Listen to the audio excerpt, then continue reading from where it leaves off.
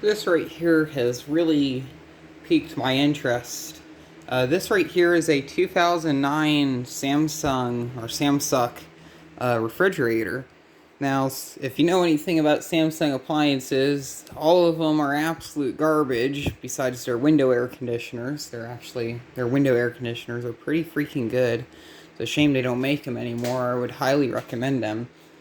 But this refrigerator here is somehow held up really well. This one, I believe, is from 2009. Back in around 2012, when we lived out in Illinois, this was a refrigerator that came with the house that we lived in. And when we moved back here into this house, the landlord let us take this refrigerator with us. We loaded it up on U-Haul and took it with us. And this is a really good refrigerator, despite being a low-end Korean garbage type deal. It's held up surprisingly well all these years. I'm gonna eventually make a video of taking this thing apart and cleaning the backside of it because it's covered in dust. I might actually do that later tonight, but I definitely want to document that because this has a rotary compressor in it. It sounds really, really different compared to a normal refrigerator. It's a lot quieter, too. It's very, very weird. And it also has a dual stage compressor, too. Each one of these has a different thermostat control. And depending on which it does, it runs the fan on the condenser at a different speed. And puts the compressor at a slightly higher setting. So it's definitely pretty high tech. I'm surprised that's not failed because I'm pretty sure it has a very complex control board that does all of that. Here's the control panel, which on the camera it's blinking, but that's just typical LEDs. It used to be a lot brighter, but it's actually pretty dim. On the camera, it also makes it look a lot brighter. You can't even make out the little Fahrenheit symbol here. And where it says twin cooling system, that never does turn off. They could have just put it up here in a different font. I typically never mess with any of this stuff here. Like, might as well do a filter reset. So, yeah. I can't remember how to... Oh. Something else that's interesting is the little piezo beepers all the way on the back of the fridge. So, it's very hard to hear. It doesn't need the piezo beeper, though. Ice Maker had a casualty a few years back. Actually, no, more like about a year ago, where it just stopped making ice altogether. Might have some sort of malfunction. I don't know. I might consider looking into that. I never really use ice. Oh, never mind. Ice Maker does work. I wonder if it just jammed or whatever, because it used to never really do that. Here's the refrigerator side. It still has incandescent lights in it.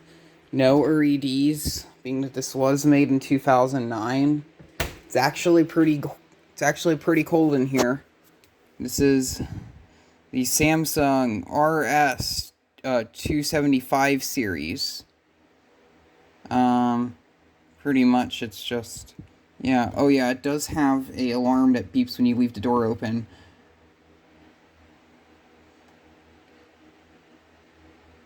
Here's the informations.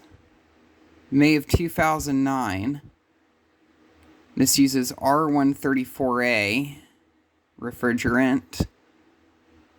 So, and the full model number is RS275ACWP.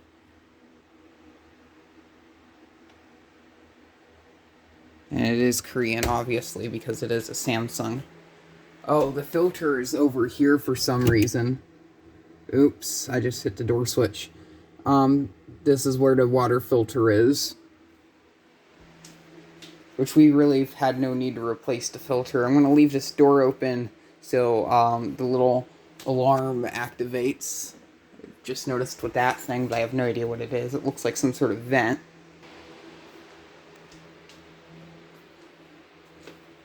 Typically, I think goes off in about a minute. It's been a minute.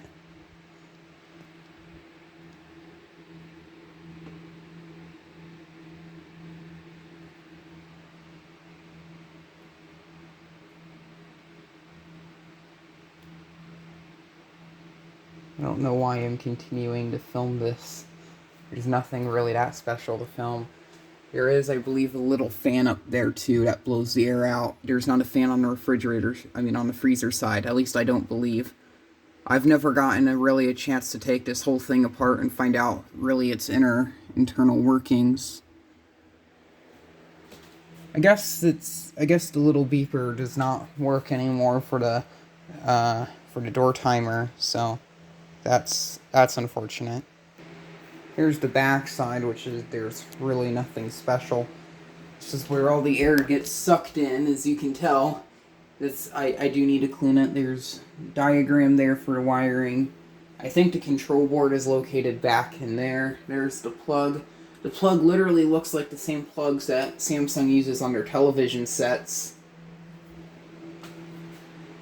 It's pretty generic. I think the outside of this is what is used as the, I don't know what it's called. I'm at a loss for words. Here's the things that go up into the filter. The filter is located once again in the back refrigerator compartment. The white is pretty much the fresh water, which that line just runs down into that copper pipe. You can hear the rotary compressor running. And then the blue one goes back over into where the ice maker and stuff is. And then this white one actually goes up to the ice maker. Actually, I think the one blue line actually goes in there and it's chilled. I don't really know. Maybe the one line goes out into the door and then the other line goes, because I think there's a loop where it comes up on the outer end. I should have probably looked at this more before making a video. I'm just wanted to document this refrigerator because I'm very surprised that it's lasted 10 plus years already. This thing is big, it doesn't fit on the camera, but I will tell everyone who is watching, if you watch this video and you're impressed by how long this refrigerator lasts, I don't recommend, as of right now, buying a Samsung refrigerator. All their products that they're currently selling are absolute garbage. I myself can't think of a good quality refrigerator right now that's on the market. My grandparents, they had a Whirlpool that only lasted 2 years before there was a refrigerant leak.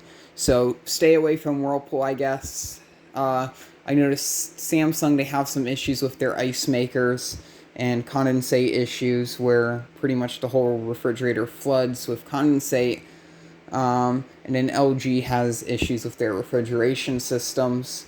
Frigidaire is the only brand I don't really think there's any issues with. Avoid Kenmore, because Kenmore just rebrands LG, and Maytag rebrands Whirlpool.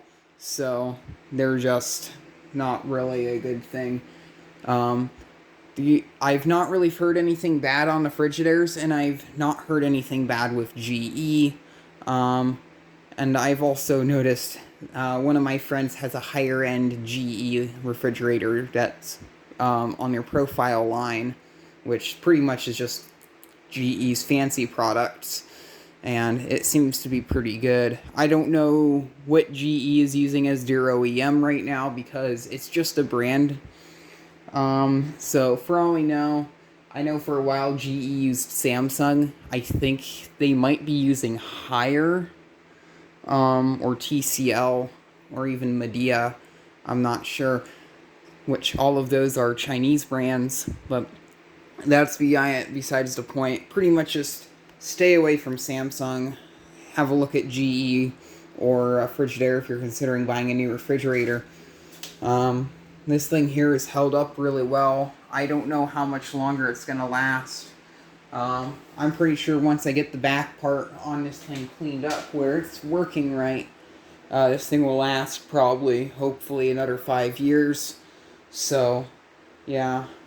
But this thing, we've definitely got our money's worth out of it. We practically got it for free. So, thank you very much for watching, and keep the breeze.